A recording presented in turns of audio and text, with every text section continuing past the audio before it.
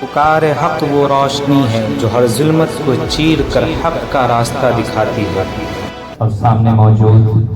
زبان و ادب کے کواکب و انجم، آپ سب کی خدمت میں السلام علیکم ورحمۃ اللہ وبرکاتہ۔ میرے لیے یہ فروغ اردو سیمینار میں شرکت کا پہلا موقع ہے۔ آپ میں سے جو لوگ اکابر کے درجے کے ہیں وہ اس حقیقت سے واقف ہوں گے کہ پہلی مرتبہ کسی جگہ شرکت، اور وہ بھی اساتذہ علم و فن کے سامنے، بڑی جرأت آموز بات ہے۔ لیکن ایک تو ڈاکٹر عمر فاروق صاحب نے ململ اور چشمہ فیض سے آپ کو متعارف کروا دیا، سامنے عطا عابدی صاحب کا ڈسپلے موجود ہے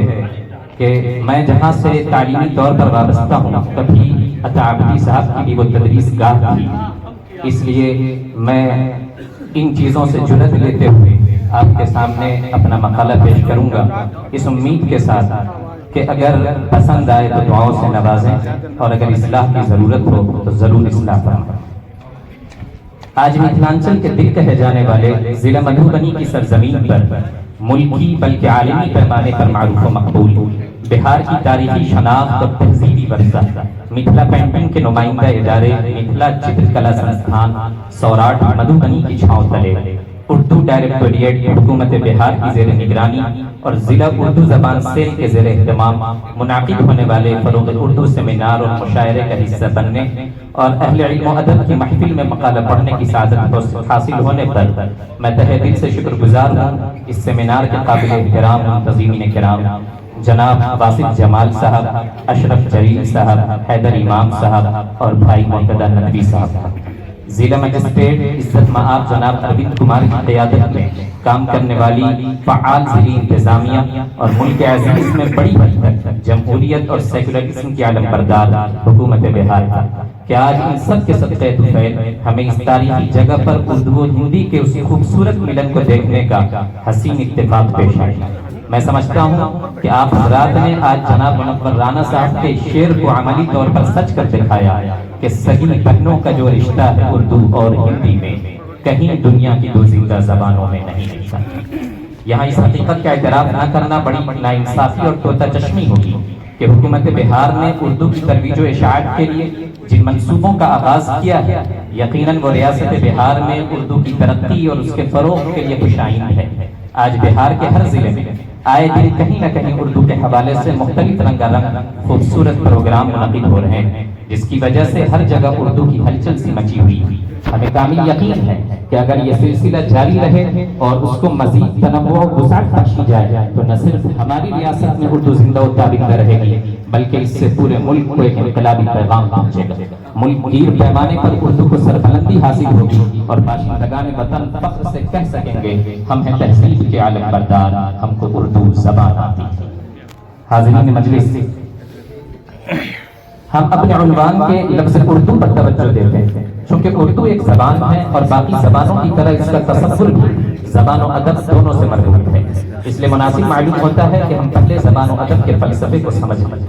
انسانی ضروریات کے پیش نظر اشاروں کا آواز اور آوازوں کا الفاظ کی صورت میں ڈھل کر زبان و قلم کی مسند پر براجمان ہونے کا نام زبان۔ پھر جب اس زبان کو اس کے بنیادی معمولی اور عوامی دائرے سے اوپر اٹھا کر وسعت بخشی جائے، اس کے اندر ایک مضمون کو کئی اسلوب میں ڈھالنے کا ہنر پیدا کیا جائے اور اسے عوامی سطح سے بلند کر دیا جائے، تب ادب کا وجود عمل میں آتا ہے۔ گویا زبان کی حیثیت درخت کے تنے کی ہے جبکہ ادب اس کی شاخ، پتا، پھل اور پھول ہے۔ لہٰذا جب تک کسی زبان کی بنیاد مضبوط نہیں ہوگی اس وقت تک ادب کا تصور محال ہے۔ اس لیے زبان کا درجہ ادب سے مقدم ہوا کرتا ہے، اور اسی وجہ سے کہا جاتا ہے کہ گرچہ یہ حقیقت ہے کہ زبان و ادب کسی بھی قوم کی نہ صرف شناخت و پہچان ہوا کرتا ہے بلکہ اس کی معاشرت اور تہذیب و تمدن کا ترجمان بھی ہوتا ہے، مگر یہ بھی سچ ہے کہ کسی زبان کا وجود ایک دن، مہینے یا سال کا مرہون منت نہیں ہوتا بلکہ اس کے پیچھے صدیوں کا وقت، نسلوں کی محنت اور کروڑوں انسان کی جد و جہد کا فرما ہوتی ہے۔ چنانچہ جب ہندوستان کی جنت نظیر زمین اور اس کی سرسبزی و شادابی کا شعلہ سن کر مختلف زمانے میں متعدد قوموں اور جماعتوں نے اسے اپنا مسکن و وطن بنایا اور اس طرح گلہائے رنگا رنگ سے اس چمن کو رونق و زینت نصیب ہوئی، تو تو جیسے ضرورت و محبت کے تقاضے کے تحت مشترکہ فنون لطیفہ اور طرز معاشرت کو رواج دیا گیا، ایسے ہی اظہار خیال اور افہام و تفہیم کے لیے مختلف مقامی اور غیر مقامی زبانوں کے ملاپ سے ایک نئی زبان کو وجود بخشا گیا۔ چونکہ زیادہ تعداد ہندوستانیوں کی تھی، لہذا مصلحت و ضرورت کے لحاظ سے یہ ضروری تھا کہ نئی زبان کا خمیر ہندوستانی ہو، مفردات کا ذخیرہ اور گرامر کے بنیادی اصول بھی مقامی ہوں تاکہ لوگوں کو سمجھنے میں دقت نہ ہو۔ البتہ اس کی نشو و نما، مقبولیت، شائستگی اور ہمگیری کے لیے احتیاط کے ساتھ کچھ افکار و خیالات، جذبات و احساسات اور الفاظ و ساختیات فارسی و عربی سے بھی مستعار لیے گئے۔ خدا خدا کر کے یہ عظیم منصوبہ پورا ہوا اور باشندگان وطن کی خواہش و کاوش سے ایک ایسی زبان وجود پذیر ہوئی جس کی پیدائش اور پرورش و پرداخت میں ہندو، مسلمان، سکھ، عیسائی سبھی یکساں طور پر شریک و صحیح رہے۔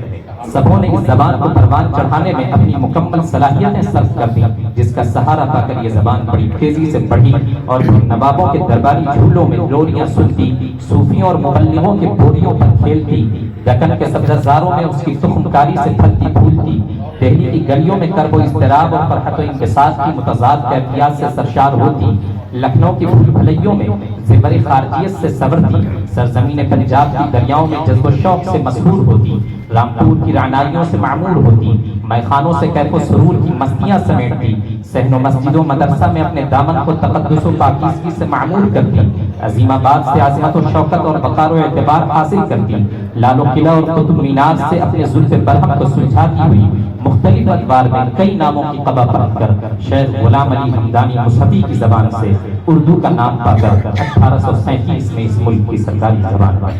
انگریزوں کے